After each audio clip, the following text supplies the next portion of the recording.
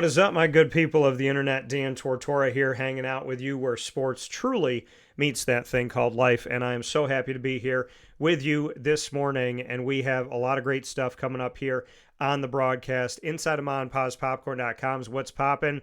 My wonderful friend, Miss Katie Kolinski, is going to be joining me momentarily following her first season on the staff with the LeMoyne Dolphins women's basketball program. We're going to be talking about the finishing off of the season and the season overall for LeMoyne. Then we'll jump into the 2024 NCAA Division I women's basketball tournament, and we will be getting deep into this Iowa LSU rematch. And just so you know, folks, if you want to take a look at this, this is where the notes started. This is where they continued. So a lot of things, a lot of notes I took during this game. Caitlin Clark has 3 new records after that matchup, and they will be heading back to the Final Four and try and have the opportunity with 2 games to go to bring home a national championship. And then we'll get into the ingredients to success, proudly brought to you by Avicolli's. And then in the second portion of this show, which will be in a separate video, Bearcat Time, coming to you with the Binghamton University Bearcats in our exclusive multimedia marketing partnership. I will be joined by the wonderful Binghamton University wrestling head coach, and very excited to have Kyle Borshoff joining me for hour number 2 to tell his story and to tell the story of the program at Binghamton University. So a lot of great stuff coming up, and it is now time in hour number 1 to welcome in one of my favorite human beings and one of the people that I spend a lot of time on this broadcast with, Miss Katie Kolinski. Miss Kolinski, how are we? Dan, thanks for having me on this morning. I always appreciate it. No, listen, it's my pleasure. It's my honor. Selfishly, it's been really cool to have you back at home. I can't believe that a season has already gone through. I'm sure for you, it probably feels like 2 things. It probably feels like it went by fast, and at the same time, it probably feels like it was just constant, like 18 hours a day type of thing. So how are you coming off of your first season with the LeMoyne Dolphins? Yeah, I'm really proud of the team. We had such a great season. Obviously we wanted to win our conference tournament against Sacred Heart, but I thought we did a really good job of coming back against Niagara, wire to wire in the fourth quarter. And, our team just fought and persevered all year. They just take on the personality of, Coach Grimes. And, I'm just really proud of the squad. And, it's just the beginning for us going D1. And, we want to be in that space every single year, competing for a championship. So it was good. It was a long season. It's nice to have a little time off now. Time off is recruiting for us. But overall, it was a good year.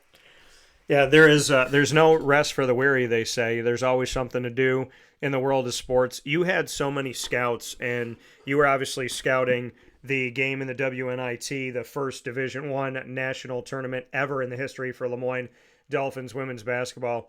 And you were scouting the Niagara team that you went up against at Niagara, a team that did similar things to Sacred Heart, but better when it came to full court presses and traps and just having a very aggravating kind of harassing beehive of a defense. Yet LeMoyne played exponentially better against Niagara than they did against Sacred Heart in that NEC tournament finale. Just what you could say about the amount of time in between those 2 games, the scouting that you did, what you saw, and how this team with the entire coaching staff and student athletes put together an incredible game plan, and 91-86 within 2 possessions, scoring almost 90 points in the final game of the season.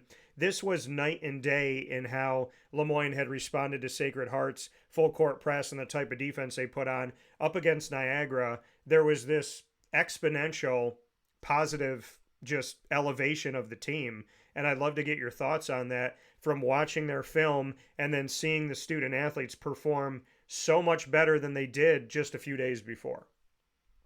Yeah, so, obviously Sacred Heart did press us, and I think it was more mental than anything. Like, they turned us over a couple times early, and I think we got in our own head a little bit with the trap.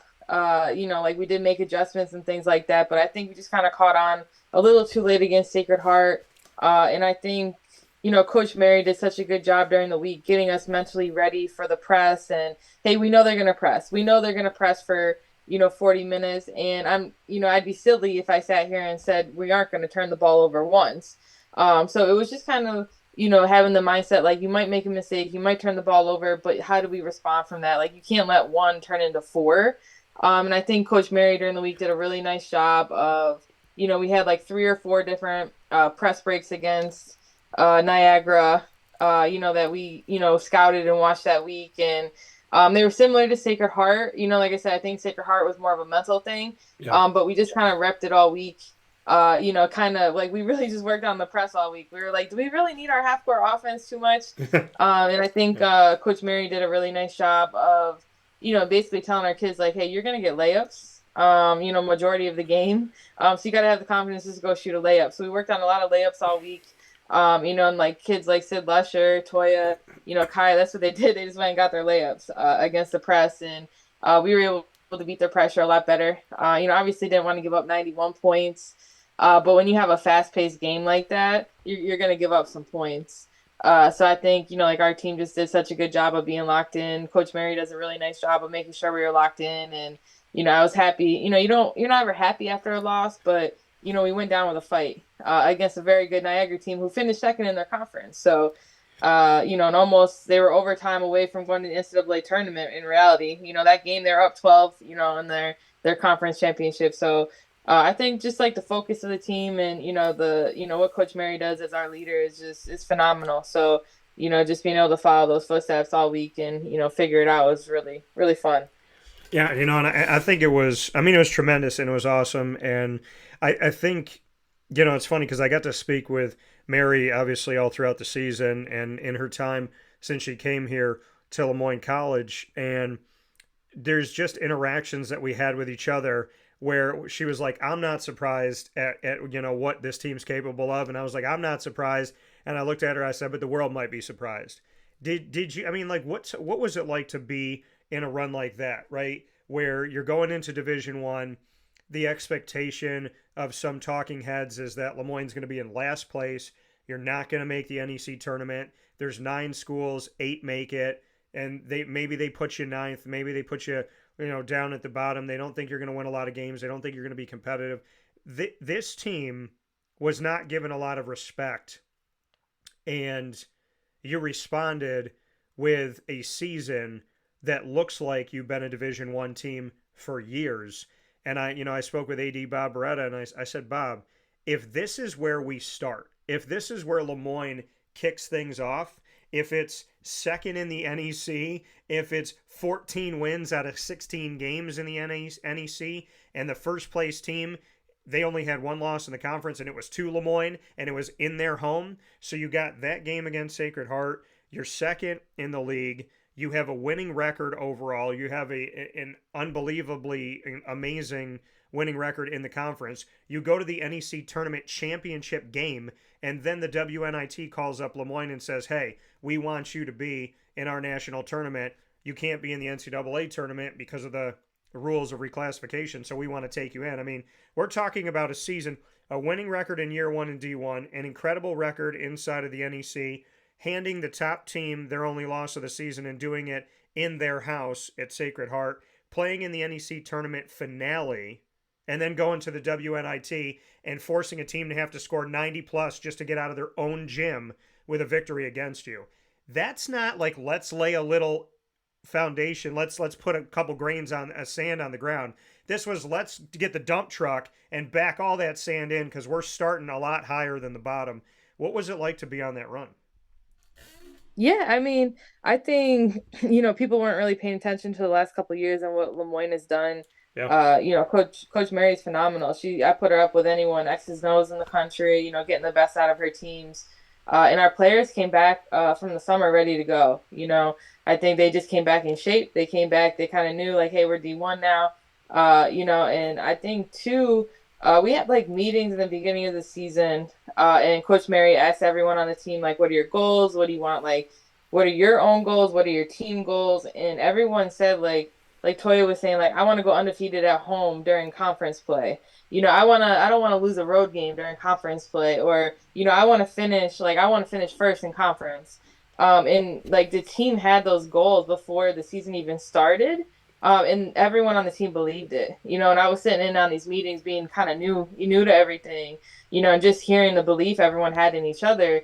And then Coach Mary, they went out to the NEC Media Day, And, she came back and she was like to all of us, like, hey, like, we have players too. Like, hey, like, we have Toya Baker too. Like, we have Sid Lusher, we have Kaya Good. We got Sierra Lennon. We got Hayden, we got Bree. Like, we have our whole team. Like, we were really Yeah. confident with our team and who we had, and who we had here and the work that we do. So I think just the belief all year, having those goals at the beginning of the year, and then reminding the team of those goals every single day. And we had our moments. It was hard. Like, we were 2-11, and to finish with a winning record, after going 2-11, any team could have given up. But Coach Mary every single day talked about those goals, talked about who we were, our belief in ourselves, and kept everyone positive, kept everyone working. And Coach Mary works as hard as any coach in the country. So having a coach that works like that, and having a team that just believes in each other and they all work just as hard, it's fun to be around, and it's just a really good cultural atmosphere we have here at LeMoyne. Yeah, and you, I mean, you brought it up and you said it numerous times. Mary Grimes, the head coach of the Lemoyne Dolphins, when she was an assistant coach under Gina Castelli, they did something they had never done before. They hosted the NE10 tournament and won the NE10 tournament for the first time. I think it was 23 years, and they won the NE10 tournament, cut down the nets in their own gym at Ted Grant Court. And then Mary comes back after spending some time D1, was an assistant over at Xavier, and before she comes back to Lemoyne, Gina Castelli decides to step away. And after 8 years of doing a tremendous job, and Mary Grimes comes in. She's been with the team for 3 seasons as the head coach. In the first 2 seasons as the head coach, she brought the team to the Division II NCAA women's basketball tournament. And then in the first season in Division I, when she couldn't bring the team to the NCAA tournament because of reclassification rules, she went to the WNIT. So in 3 seasons as the head coach and in a transition from D2 to D1, she's at the top of the conference, 1 or 2, just like they were in the NE10, and hosting playoff games in the postseason in the NE10, then hosting playoff games in the NEC, and then 3 years of being a head coach, 3 times in a national tournament. She's never ended a season without bringing Lemoyne women's basketball to a national tournament. 100% of the time that she's been the Lemoyne coach, they've been in nationals. What does that say about Mary Grimes, your leader? Yeah, she's a real deal. Just from how she carries herself, her work ethic, like I said, X's and O's, recruiting, everything. Like, there's so much I've learned from her this year. Her in-game feel, like, she really is the real deal. And I hope everyone appreciates that, especially in our community. Like, we really do have both women's teams in our community have phenomenal, coaches. And Coach Mary, she just has all these dreams and these goals, and she believes in Lemoyne and Bob and everything that we're doing at Lemoyne. And she really thinks it's a special place here. And she just wants to keep building. And I think that's so important from a leader. And I've like I said, I've learned so much from her, and just from her and the incredible team we really have too. The players, like, all of it together, just makes it so special. Yeah, it's been incredible, and it's to me it's fun to watch. I mean, it's fun to watch. It's fun to be around. I mean, for somebody like myself that women's basketball has been a part of my career since the day I started my career in 2003. I mean, 21 years of covering women's basketball or being connected in some way to women's basketball. I just have an appreciation for it, and I've met so many great people from it. Mary being one of those tremendous coaches, and I mean, getting to experience this run and this team has been awesome. And like I said, if this is the foundation, then it's like, to many people it's way ahead of schedule. To me, this is what Mary does. This is what these student athletes do. I mean, for goodness sakes, LaToya Baker, Sid Lusher, we look at Sierra Lennon and so on and so forth, Hayden Roberts. This team has put together so many Kaya Good, and on and on and on and on. There's been so many wonderful, talented people coming through here. And LaToya decided to come back. She decided to spend her season that she had left at Lemoyne and decided to navigate through this move to Division One. What's it been like coaching these student athletes and spending time with them? I know you're a gym rat. I know you like to be there. You like to work with them individually. You've talked to me about different things you've done with different players. So just what these student athletes have been for you in this 2023-24 season, your first season at Lemoyne. Yeah, like you said, I love being in the gym. I think it's our job as coaches to, spend as many hours in the, gym we can with the kids or, watching film. And for me, I didn't have to beg anyone to get in the gym. And I think that's what makes the team so special is, all the time. Like if it's before practice, after practice, they're constantly texting me, Coach Katie, can we go before? Can we go after? We could get back at 3 a.m. from a long road trip and they're back in there the next day. We had to tell like people like Sid Lesher, like, yeah, you gotta take a day off. That was just who our team is. Like Leah, she lived in the gym. So I think just having kids that wanted to be in the gym all year, uh, made it really special to me because that's what I love. Like I don't want to have to beg kids to get in the gym and get better, and none of the kids ever like they were begging me to get in the gym. So I think that's really important. Coach Joe was in the gym a lot too. Our Jay Emma and then Coach Mary and then Coach Mary is like a film, like she watches so much film, so having her watch film with the players and then, we could talk about what they saw and then we could put it in play on the court. And, I think it was just really good, like our staff dynamic and, just the hours everyone put in with the team. And, but that's my favorite part about the job. Like, if you could just tell me I could just be in the gym like all day, like I'm good with that. Just seeing progress and figuring it out. And, I always said, like, as a coach, if a player is doing really well, never take credit for that. Like they put the time in to do that. Yeah. But if a player isn't performing well, you better figure it out for them, and that is your fault. So like that's kind of my mindset as an assistant coach. Just being able to figure it out for different players.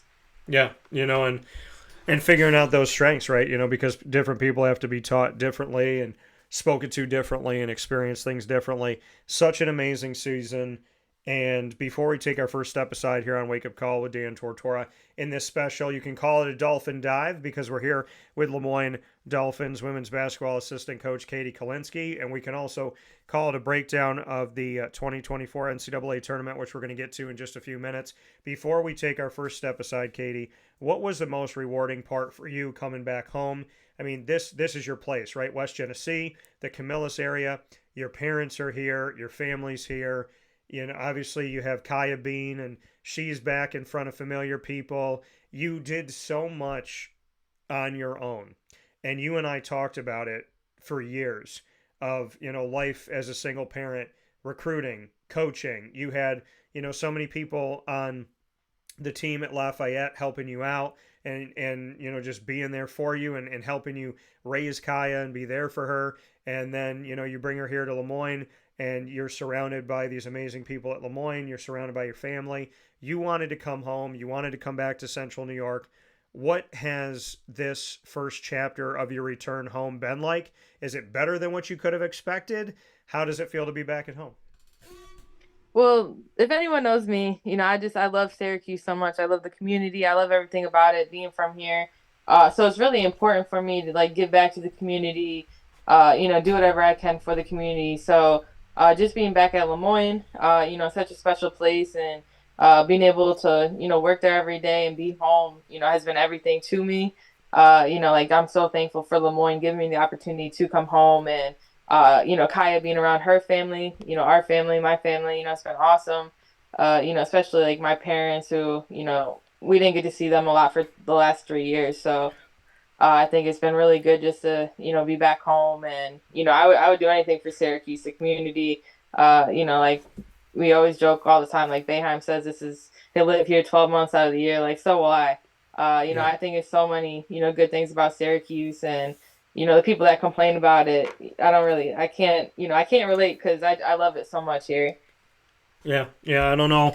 I don't know what people are talking about. I came back here on purpose. So, with that being said, we're going to take a step aside for a fast break on Wake Up Call with Dan Tortora. When we come back, Miss Kolinski and I will be getting into all my crazy notes here, breaking down this LSU Iowa game. Yet another the opportunity to see two teams that played in one of my favorite national championships, not in women's basketball, one of my favorite championship games of anything, and it was crazy last year. This game did not disappoint. We'll be talking about it right after this fast break on Wake Up Call with Dan Tortora.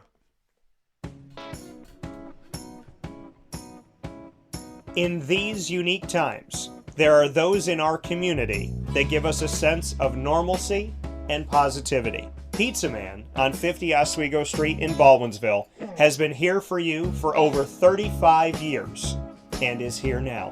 Call 315-638-1234 or order online at pizzamanbville.com to bring those familiar tastes into your home. And remember to come see our monthly on-site broadcasts centered around the community and our Baldwinsville Bees. Pizza Man in Baldwinsville. Any way you slice it, they are always here for you.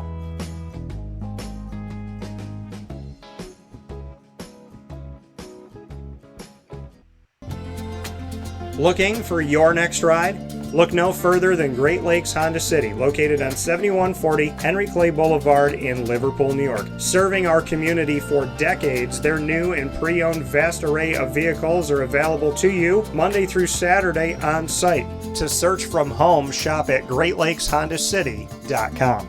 Call 315-365-5576 to set up an appointment. That's 315-365-5576 for Great Lakes Honda City, 7140 Henry Clay Boulevard in Liverpool, New York. Great cars, great people, Great Lakes.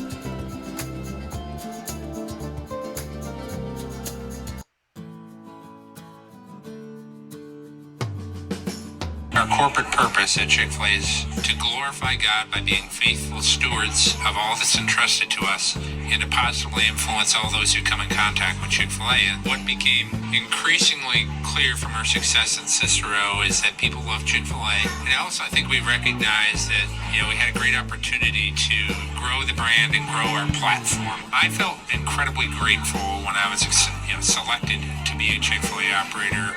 I think what it's meant for me, what I've come to realize on a very deep level is that this is a calling for me. It's not a career, it's not a job. The Lord called me to be a Chick-fil-A operator and to use these restaurants to glorify Him and to positively influence other people. I'm blessed. I'm very blessed. Head to Chick-fil-A Clay on 3974 State Route 31 in Liverpool, New York.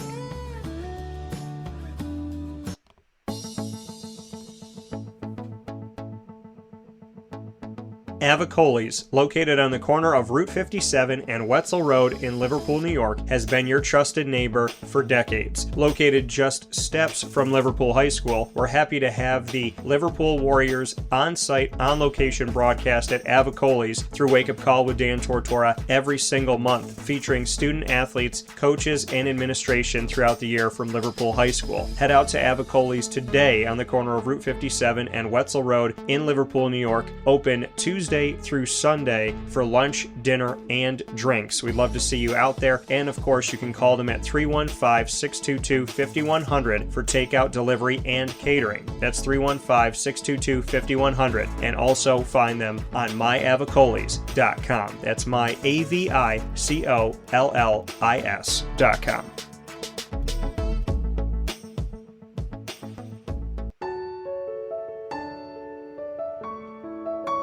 Having peace of mind when you're out of town that your furry-loving friend is safe and sound means taking them to Canine Campground, because we all know that when it comes to the love of our pets, it goes well beyond the call of duty to make sure they're safe and sound.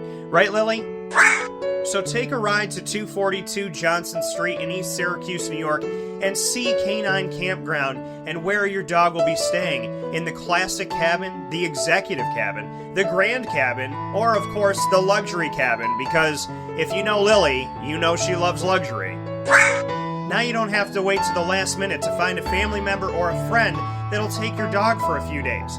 Call Canine Campground at 315-299-4013. That's 315-299-4013. Their drop-off and pickup times are Monday through Sunday.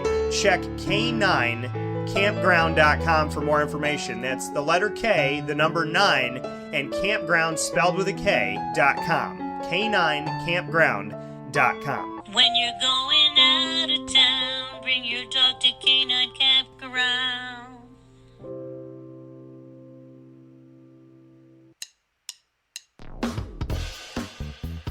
PB&J's Lunchbox, the food truck that you love finding all throughout Central and Upstate New York, now has a street-side cafe. So when you're craving their traditional favorites as well as their out-of-box amazing menu items, you can now head to 663 Old Liverpool Road in Liverpool, New York, located just minutes from the highway, the Thruway, Destiny USA, and Onondaga Lake Parkway. PB&J's Lunchbox Street-Side Cafe is there for you Monday through Saturday from 9 a.m. to 7 p.m., serving breakfast, lunch, and dinner all throughout the day. Get breakfast for dinner, dinner for lunch, whatever you fancy, including their award-winning grilled peanut butter and jelly sandwich. Find them at 663 Old Liverpool Road in Liverpool, New York. PB&J's Lunchbox, where we love to know what's in your lunchbox.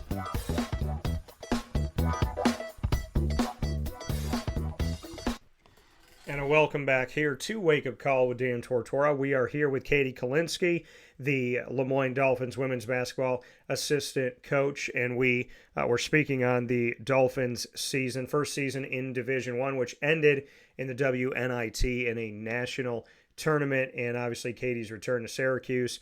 Not too far away from Syracuse, just a couple hours away, Albany, which featured an amazing, colossal, ridiculous, this is like ante up, put the chips on the table. This is 100,000 on whatever color you want, whatever number you want. This was high stakes poker, and I had a great time watching it.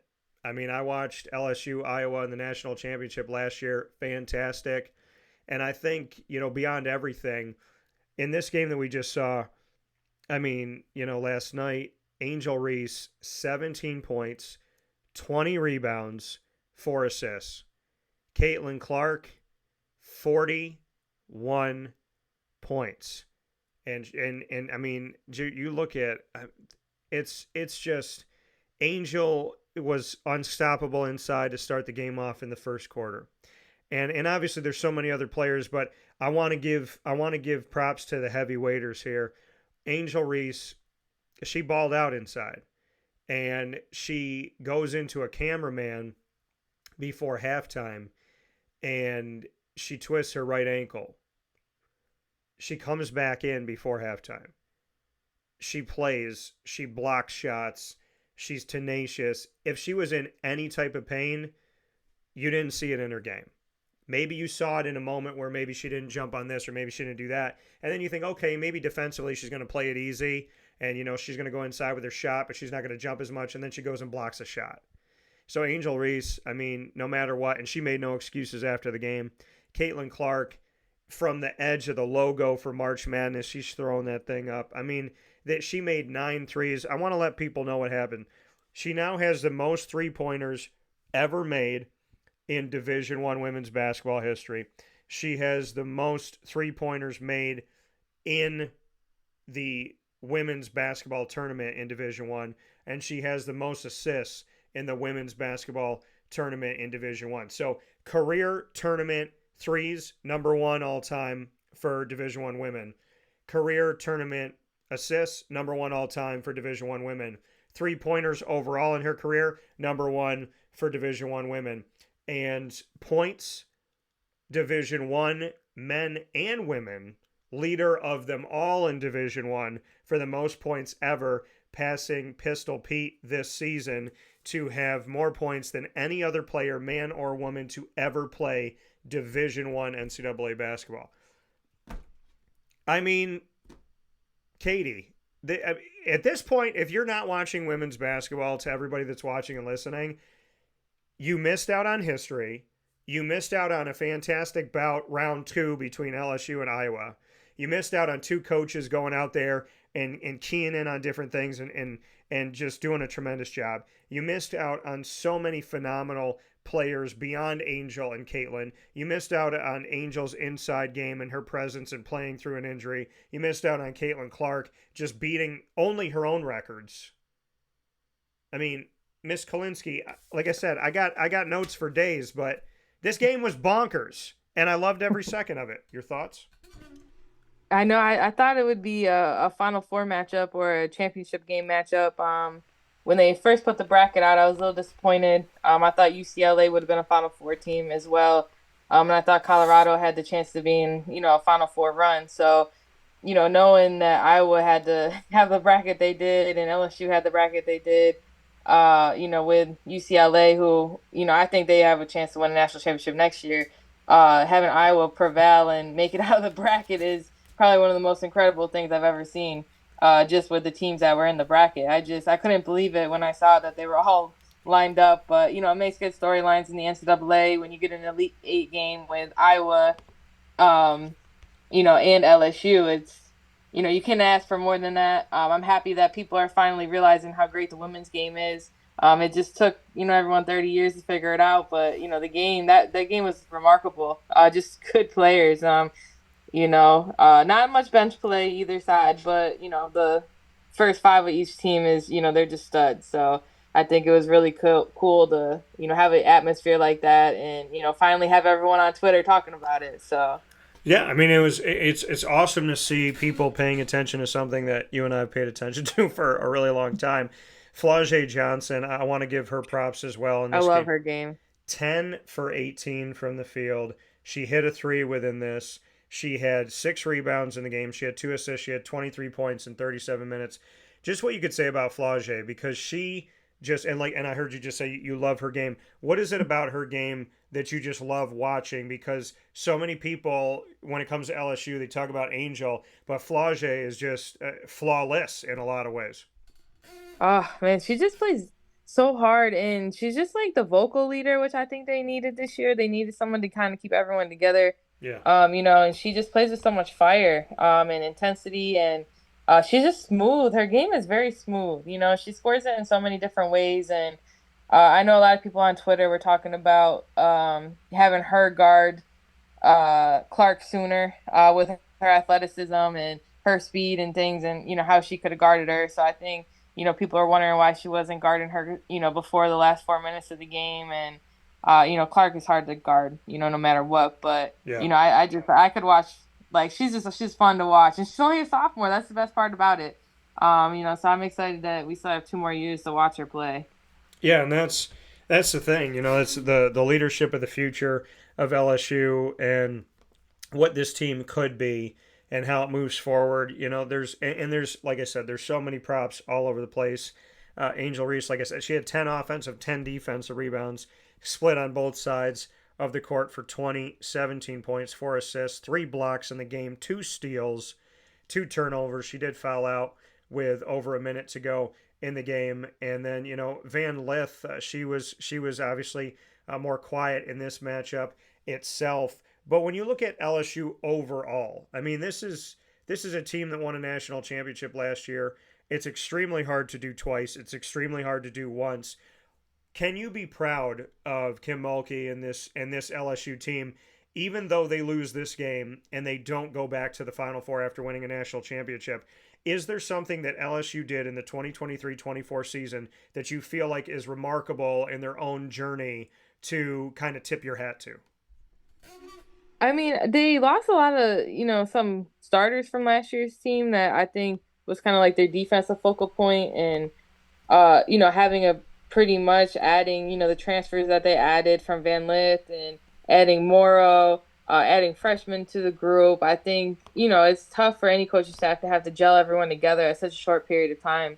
And I think, Kim Mulkey and staff did a great job. Like I said, the bracket came out and it should have been in a Final Four championship game matchup. Yeah. Obviously LSU lost some games early on that they probably, shouldn't have, but that's part of the gelling. And, I thought LSU was playing well this time of year. Iowa was playing well this time of year. So I think they did a great job. They ran into Caitlin Clark this year that, I think she's on a mission. They're playing the best basketball they have all year, these tournament games. So, the fact that they were able to do what they did and, it was still down to the wire of the game. It's not like they got blown out. So I think it's another game that could go either way with the skill of each team. And, obviously last year, LSU caught them when, Iowa had to beat South Carolina, who was undefeated at the time. And I think they put so much into that game on Friday. I think their legs were a little tired coming out on Sunday, especially when you have a player like Clark who her whole game is shooting long threes and, not much going to the basket. So I think, you got to have your legs when you're her. And I think they probably trained a little different coming into this year. And I think they were just more ready today. last night, sorry. And there's something about Caitlin Clark, and I don't feel like we focus on it as much because she could just, hit threes from my house to Albany to Iowa probably. And when you see everything she can do hitting threes, there's something that she does that as somebody, and I feel like you can appreciate this too when I say it, as someone like myself who studied basketball the majority of my life and played, organized since I was 7, picked up my first basketball, anything when I was 3. She's a shooter, but she does something that a lot of shooters don't do. She creates for other people, and she takes advantage of the fact that people will always key in on her. And toward the end of the first half, she had 3 defenders pull toward her, and she dished to O'Grady for the jumper, and O'Grady was able to get that jumper, and then Flau'Jae, who we spoke about, she went tough to the rim, and the game was tied 45-45 at the break after LSU had been leading, and Iowa kept fighting back, and then toward the end, they were getting the lead, losing the lead, getting it.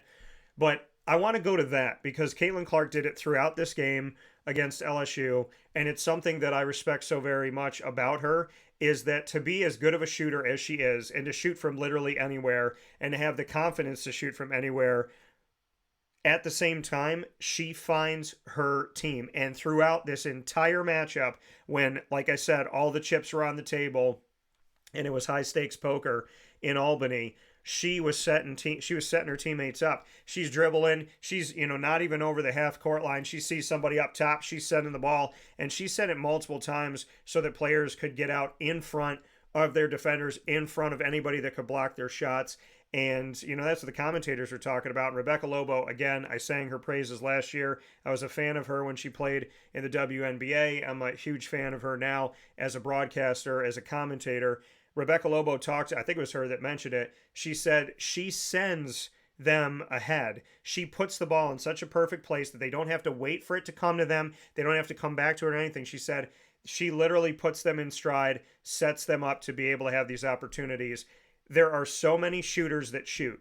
Caitlin Clark uses the fact that she's a good shooter to open up her teammates. She feeds her teammates. She trusts her teammates. And she is a tremendous passer. And I feel like there's not enough emphasis on how she can command people to her. And instead of forcing up a shot like a lot of people would when they're shooters, when they come to her, she's already looking for where that pass is going to be. And she trusts her teammates. And shout out to her teammates because they came through in a huge way throughout this game.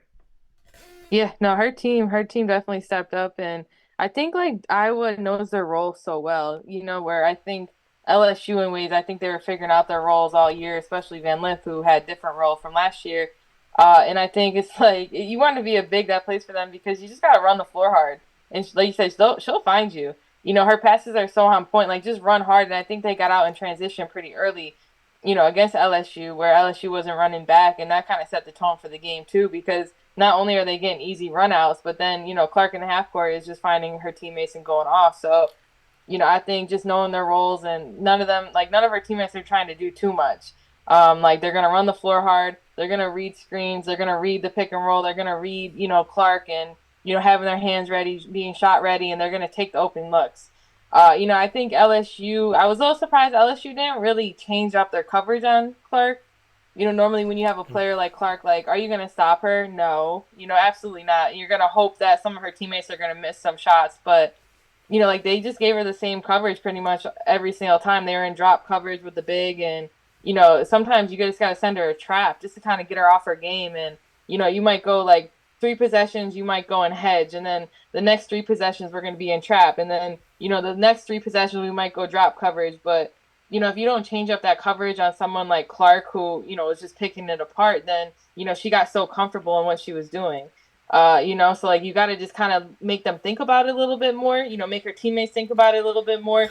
But it was kind of predictable in a way, and it's team defense. So like everyone's blaming Van Lith, like, oh, she can't guard her, but you're leaving her on the island when you put the big and drop coverage because she's going to go over the top. And sometimes she was going under the screen, which is a no against Clark.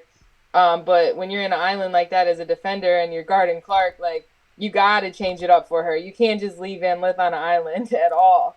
And I do wonder if like Flau'Jae Johnson could add her length. Like, would that kind of like at least take Clark off her shot a little bit? She's going left, she's pulling up from three. Yeah. So I think it could have changed it up, but Clark was just on a different planet. Like some of those shots she made was like, hats to her because it was unbelievable. Yeah, and there was one time where Van Lith, I think Caitlin had got it was in the second half. She got the ball and she was coming to the left wing, and she just took one dribble with her right hand and just pulled up in motion. And the shot went up, it went in. Van Lith turned around and she just kind of threw her hands up, like, what am I supposed to do?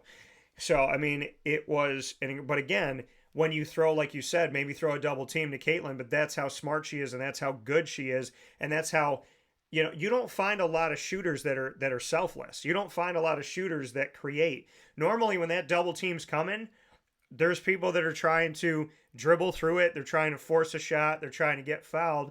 When she sees somebody coming, she's going, okay, if someone's coming at me, that means somebody's open. Oh, who's open? Bang, right there. And then it's up to you to make that shot.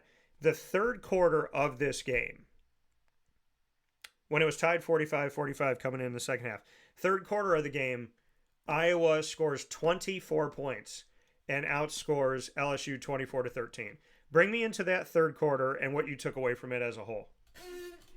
They just came out firing. I think LSU kind of got off their game plan a little bit. I think Angel Reese should touch the basketball a lot on offense, getting her touches. I think they just got frustrated, and I think this is the most frustrated I've seen them in a while. So I think, Iowa just came out firing. They were reading in all cylinders. They were running the floor. They were just playing hard. And I think, once LSU got a little frustrated, I think it just kind of took them out of their game mentally a little bit. They started to fall apart, I felt like. Yeah, it was, again, she makes 9 threes in this game. Almost had the 10th. She tied the record with 9.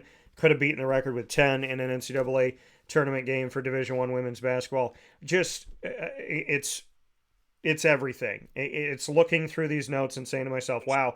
But when they were playing from behind, they would just fight back, and there's different things that would come through. And it wasn't Caitlin Clark threes all the time. It was the three that made it 38-37 with Iowa down by 1. But Iowa had to figure out how to play better defense. They had to figure out how to adjust to certain things.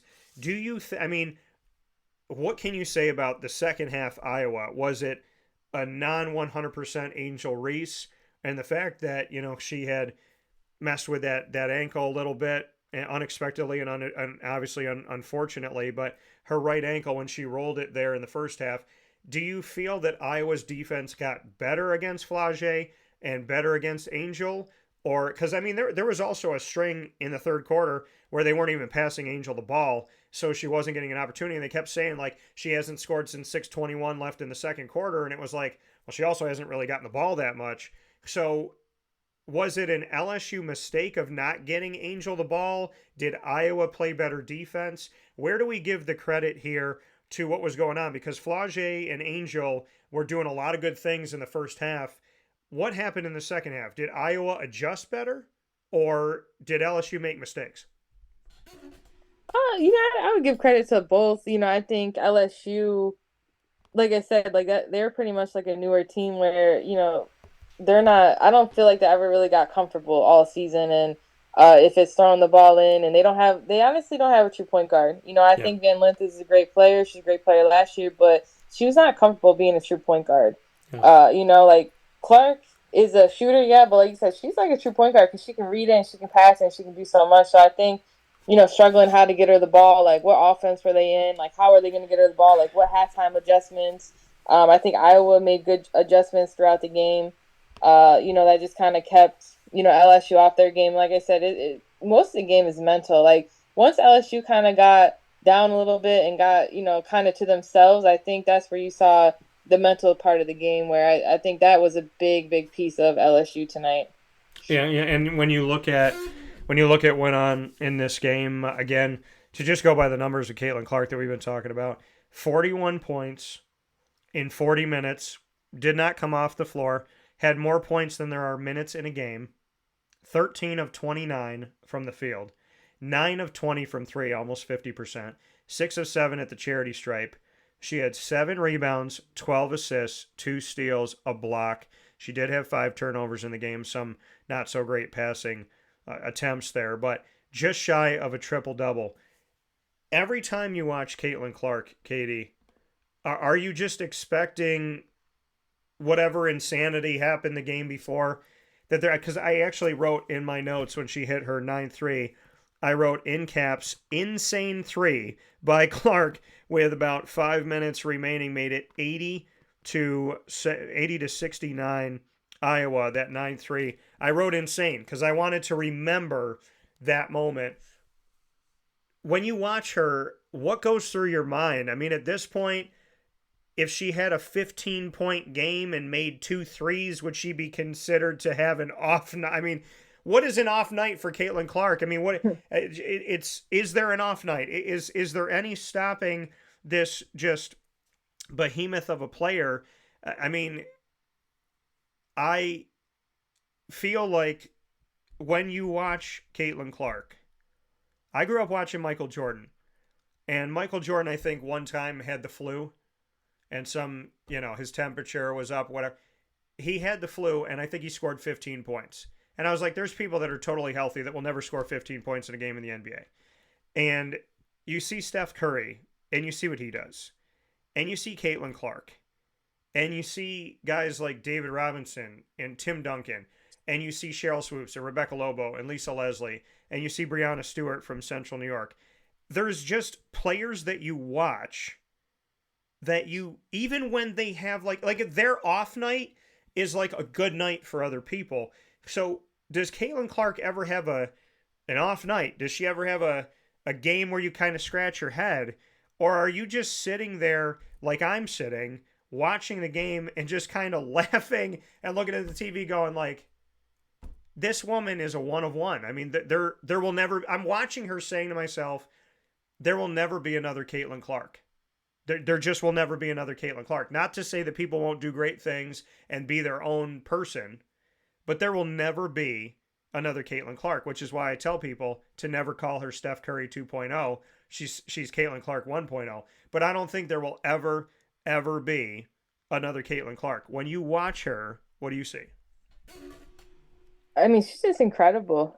I think now you're kind of getting more coverage of the women's game, so I think people are seeing it more. But she's just, I would say, it kind of starts with like the Diana Taurasi's of the world, the Maya Moores. Then you go to the Breanna Stewart ones 4 in a row, and now, it's just a bigger platform that Caitlin Clark's doing it on, and her game is just different. Like she's doing it by, having almost a triple-double. It's really remarkable, but I have really no words. She kind of reminds me of Kobe. Like my time was Kobe. Yeah.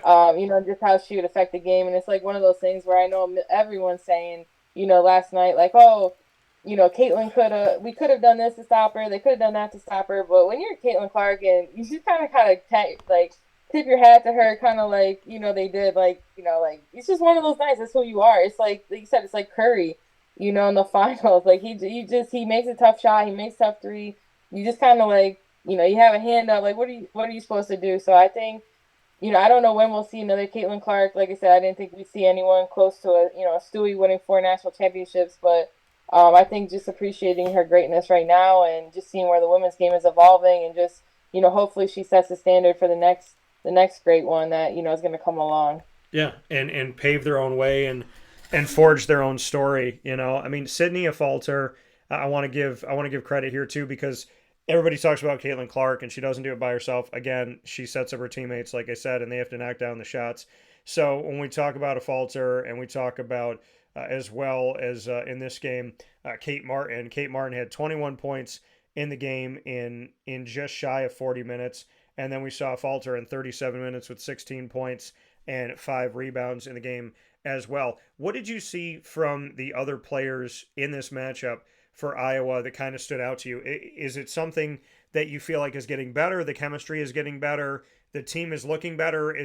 Are you watching them saying, okay, like Affolter doing this, Martin doing that, some players stepping up at different times makes sense? And what can you say to the rest of the team? Because the emphasis is so much on Caitlin Clark, and I mean, obviously respect for her times infinity, but there's other players on the team. And when I was watching this game, I'm watching how other people are passing the ball. I'm watching how they're moving. I'm watching the shots they're taking. I'm watching the different things that they're doing. The fact that last year they had some people get into foul trouble against LSU in the national championship. And in this game, nobody fouled out. So what were your takeaways from the rest of Iowa that we typically don't hear a lot about?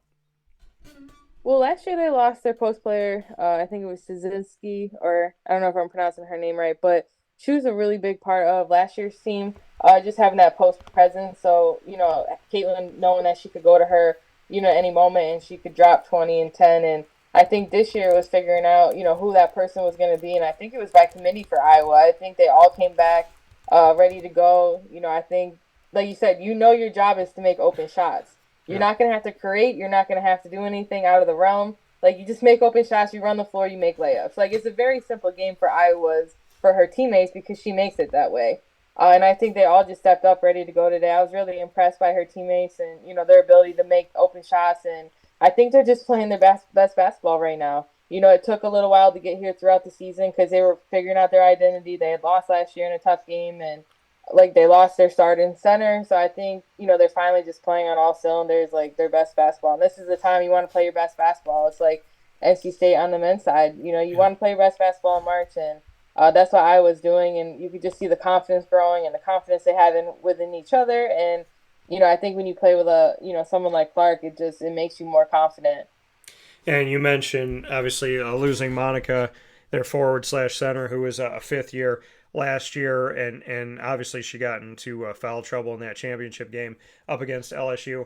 We're going to take one final step aside. When Katie and I come back, we're going to give you the ingredients to success, proudly brought to you by Avicolli's. We're going to give you some ingredients to success, some notes for the teams remaining in the 2024 NCAA Division I women's basketball tournament, an overview, not anything on a specific team, but to tell each team from the point of view of a former player and now assistant coach, what you see as we step forward that are the things that you need in order to win a championship. We'll have that championship ingredients to success cooking in the pot from Avicolli's right after this. Hi, this is Amy from Mother's Cupboard, home of the whole frittata. We are open daily 6 a.m. to 1:30 p.m. For takeout orders, call 315-432-0942 and tune in to Wake Up Call with Dan Tortora for our monthly food challenge and try our Wake Up Call signature menu item available 7 days a week. Here at Mother's Cupboard, we are Central New York, and it's our honor to serve you.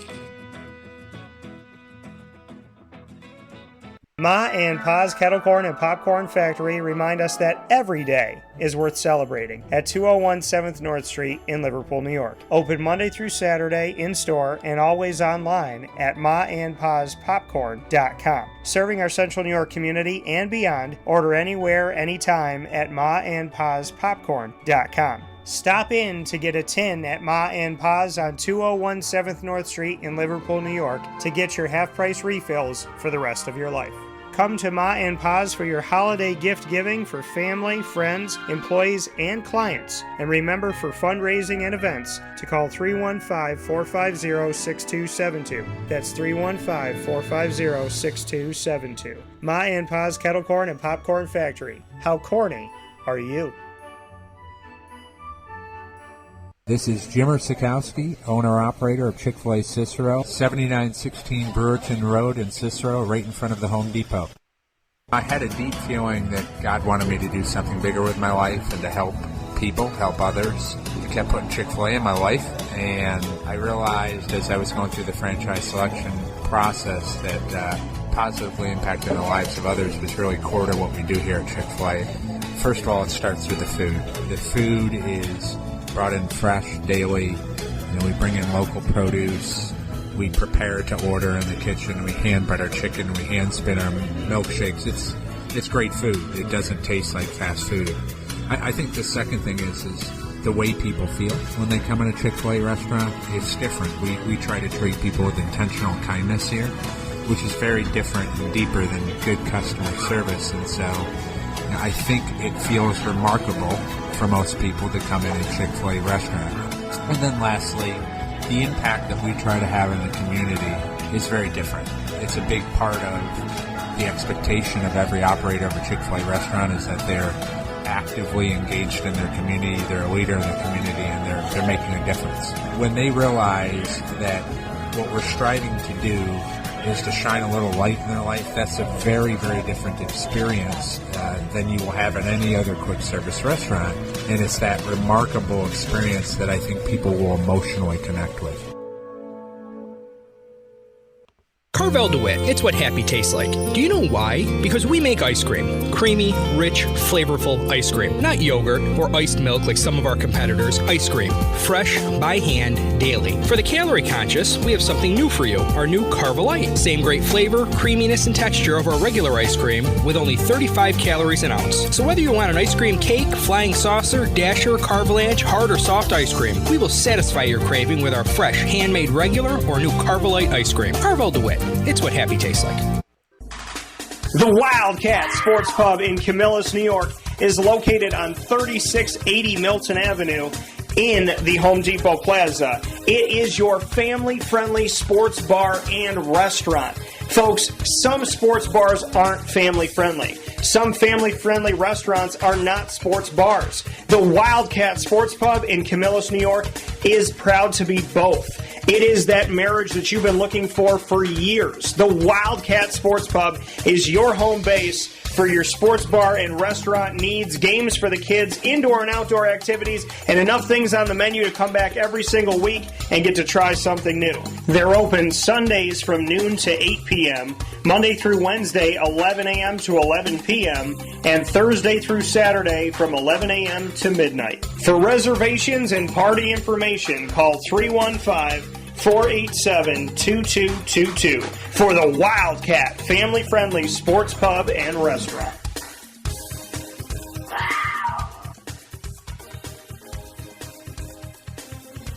GG Cards and Breaks. Like, comment, subscribe.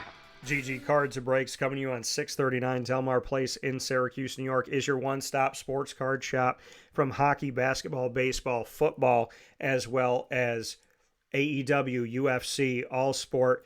Go to soccer as well. Get yourself two GG Cards and Breaks for singles, graded cards, packs, and boxes. They're the only store that I know that has every NFL, every MLB, and every NBA team. So whoever you're a fan of, whoever your favorite is, your favorite player, your favorite team, you can go to your box, take it out, and check out who is in there. And there's rookies in there, there's numbered cards, there's autos, there's a lot of great stuff that you're going to find in those boxes. So make sure you come to GG Cards and Breaks and discover your own experience there today.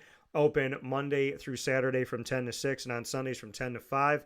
And they also have Disney, Lorcana, and Pokemon for those of you that love the trading card world.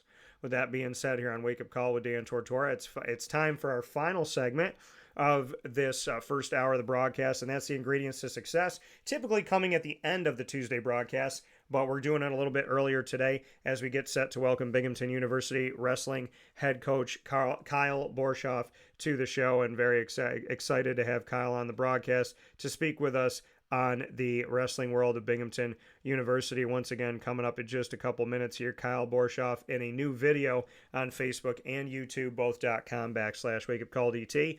Miss Katie Kolinski is joining me for this final segment, the ingredients to success, proudly presented by Avicolli's on 7839 Oswego Road in Liverpool, New York. Miss Kolinski, what would you say to the Final Four for Division I women's basketball, Division I men's basketball, in the sport of basketball in general, in a broad scope? What are the ingredients to success when you make it to the promised land and are just a couple steps away from a championship? Ooh, that's a tough one. I would say just the mental, game of it. There's a lot of pressure. So, mentally staying locked in with the distractions that could happen during the week. And then I would just say, playing together as a team. I think it's important for game plans, during the week and, for the games. And, I think just sticking together, each game is going to have highs and lows and runs, but you just got to be able to stick together, and just kind of give it your best effort. When I was at Syracuse, I've been on the wrong end of, 2 Final Fours. And, it was just such a fine line between winning and losing. So, a couple plays here and there. So, you just got to stay locked in for 40 minutes.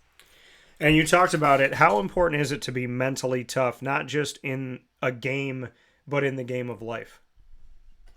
It's everything. I think the game of basketball teaches that, just being, mentally tough, because, every day you're going to have different things that happen. So I think just staying, tough through everything is, normally the people that prevail, especially, in basketball and in life. Coming from Miss Katie Kolinski here with us for this first hour of the broadcast. Katie, as always, happy to have you as a friend. Happy to have you back in Central New York, back in the Q's. Happy to be able to do the exclusive, as you and Kaya and I had a nice lunch, and then we got to do the exclusive of your return back home. I think that Kaya's lunch should be my lunch all the time, because that day I'm pretty confident it was like French toast with like, there was a bunch of stuff going on. It might have been pancake, but it was like chocolate chips. There was whipped cream. All I'm saying is, if I can live like Kaya, I'm living a good life. So shout out to Kaya, shout out to you, shout out to your family. Happy to have you back at home, and always happy to talk basketball with you and talk about one of the greatest games that I've ever seen. And arguably, I think I like this game more than last year's national championship game between LSU and Iowa. So shout out and kudos to both coaches, and of course to the incredible student athletes that are there and the support staff. And shout out to LeMoyne to bring it full circle, Katie, and all the work that Mary Grimes and her staff has done with you included, and of course all of those student athletes. So thank you for your time. And I actually get to say this because of where you are now. I get to see you soon. I don't have to call you soon. I'll see you soon. Thank you, Dan. Appreciate you having, me on the show. Absolutely. I look forward to talking with you soon. Have a good night. All right. Take care. That coming from Katie Kolinski here on Wake Up Call with Dan Tortora. I don't say have a great night. Have a great rest of the day. As I should say, you say, oh yeah, have a great night. So happy to have Katie. That's one of my pet peeves, when somebody tells you to have a good night when it's like 1:00 in the afternoon. You go into a restaurant, and I know, they don't mean anything bad by it, but they're like, have a good night. And you're like, my day just, like, it's 1:00. It's not going to be nighttime for another 6 hours, if not more. So we're getting ready for the second piece of the broadcast. So make sure you go and check that out on Facebook.com and YouTube.com, both /WakeUpCallDT. Big time thanks for watching and listening on YouTube.com and Facebook.com, both /WakeUpCallDT. And you can always go for over 1,600 episodes to WakeUpCallDT.podbean.com. Wake Up Call is live Monday through Friday from 9 a.m. to 11 a.m. Eastern Time. And when we're on the road, we create specials for you. And of course, Amazon Music, Audible, iHeartRadio, iTunes, Apple Podcasts, Player FM, Podbean, Podchaser.com, Podvine, Spotify, TuneIn, and YouTube. Search Wake Up Call with Dan Tortora, or one word, Wake Up Call DT. Big time thanks to our incredible partners that you can visit in Central and Upstate New York: Carvel DeWitt, the Wildcat Sports Pub, Mon Pa's Kettle Corn and Popcorn Factory, GG Cards and Breaks, Avicolli's Canine Camp Dog Daycare, Chick-fil-A Cicero and Chick-fil-A Clay, Canine Campground Dog Boarding, Pizza Man, Great Lakes Honda City, Mother's Cupboard, and of course we are proud to be the exclusive multimedia marketing partner of your LeMoyne College Dolphins, Bryan and Stratton College of Syracuse Bobcats, and the Binghamton University Bearcats. You can find the Dolphins on LeMoyneDolphins.com.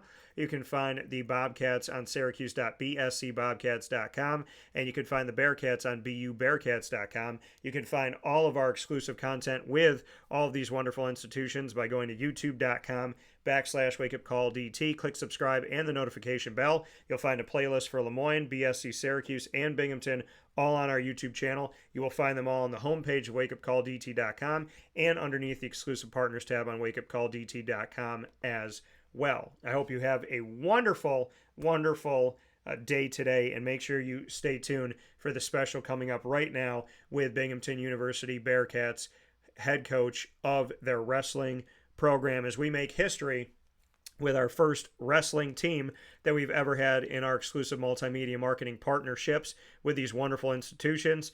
The wrestling team for Binghamton University is now in the spotlight, with Kyle Borshoff, their head coach, speaking with me in the next special here on Facebook.com /WakeUpCallDT and on YouTube.com /WakeUpCallDT. Enjoy, and as always, God bless, no stress. Do your best.